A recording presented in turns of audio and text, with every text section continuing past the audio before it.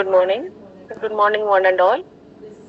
This is RAJAKUMARI from St. John's College of Engineering, CSE department. I'm going to deal with the database management system today.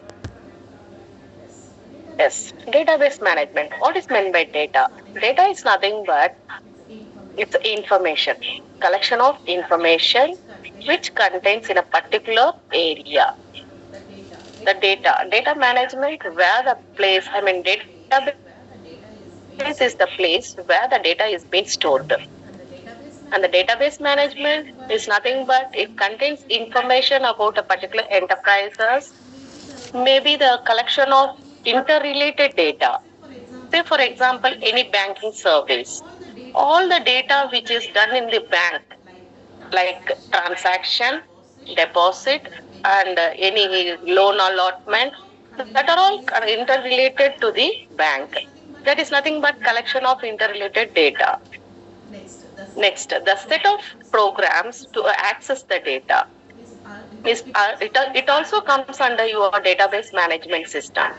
And an environment that is both convenient and efficient to use by the user is nothing but database management system.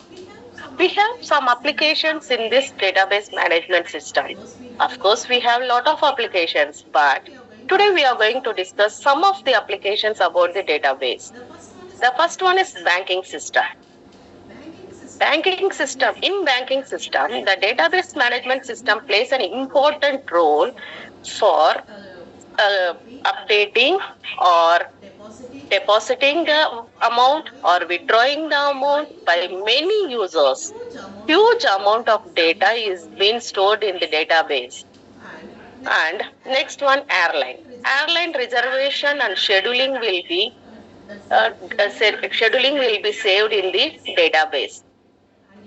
And universities, the number of department it has, and number of students will be registered in those departments, and their result and their studies, backlogs, everything, grading, and everything will be done in the database management system. And next one, sales.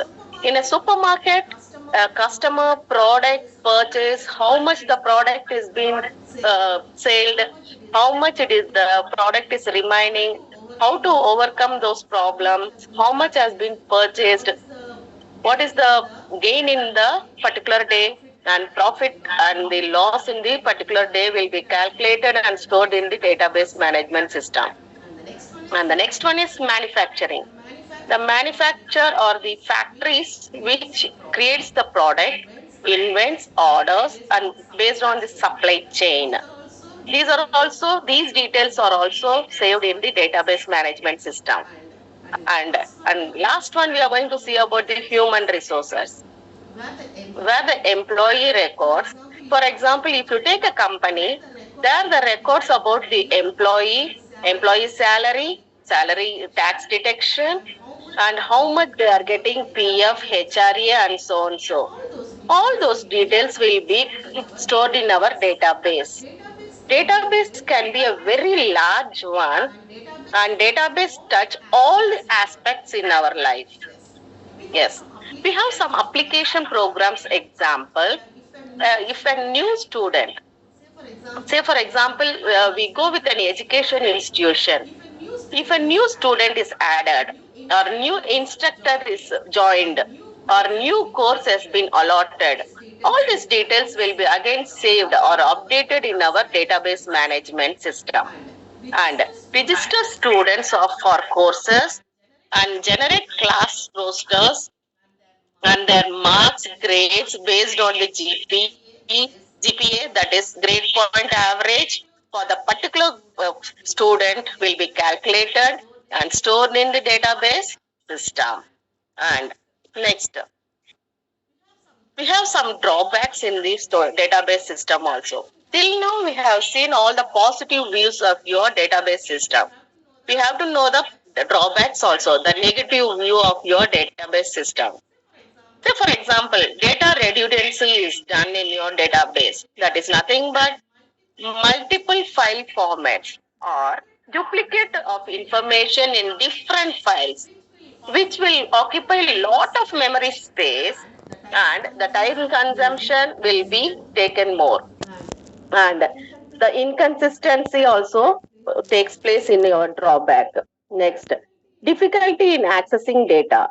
If you need to write a new program to carry out each new task, you have to look up to your database. And data isolation, which has multiple files and formats. And integrity problem, which that is nothing but integrity constraint, which tells about, for example, account balance it should be greater than zero, becomes buried in program code rather than being started explicitly. Hard to add new consistent and change exist one. And next topic is about the important topic in your database management is types of SQL command.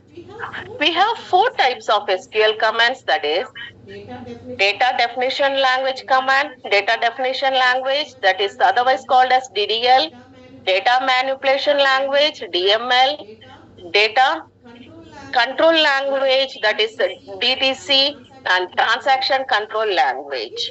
Each and every command has its own subqueries. Like data manipulation, data definition language has creating the data, creating a table, altering table, dropping the table, and truncating and renaming. Like that, we'll see one by one. Say, for example, first one, we go with data definition language command. Okay, here the first concept is create. Create is nothing but this command is used to create a database or an object of a table, like table, index, function, views, store procedure, and triggers. And next one is drop. This command is used for deleting the object from the database. Deleting the object from the database, not the row or not the column, only the object in the database. Yes, right. Next one, alter. Alter is used to the structure of the database to alter something, or indirectly we can say we are adding the database or we are deleting from the database, comes under your alter command. Next one, truncate. Truncate. This is used to remove all the records from the table, including space allocation for the record or removed. For example, this will be otherwise called as, in our language, we will be calling it as formatting the area, formatting the system, or formatting the mobile. Okay, this is nothing but truncate. Next one, comment. This is used to add the comments to the data directory. And next one, rename. This is used to already, if you have any file name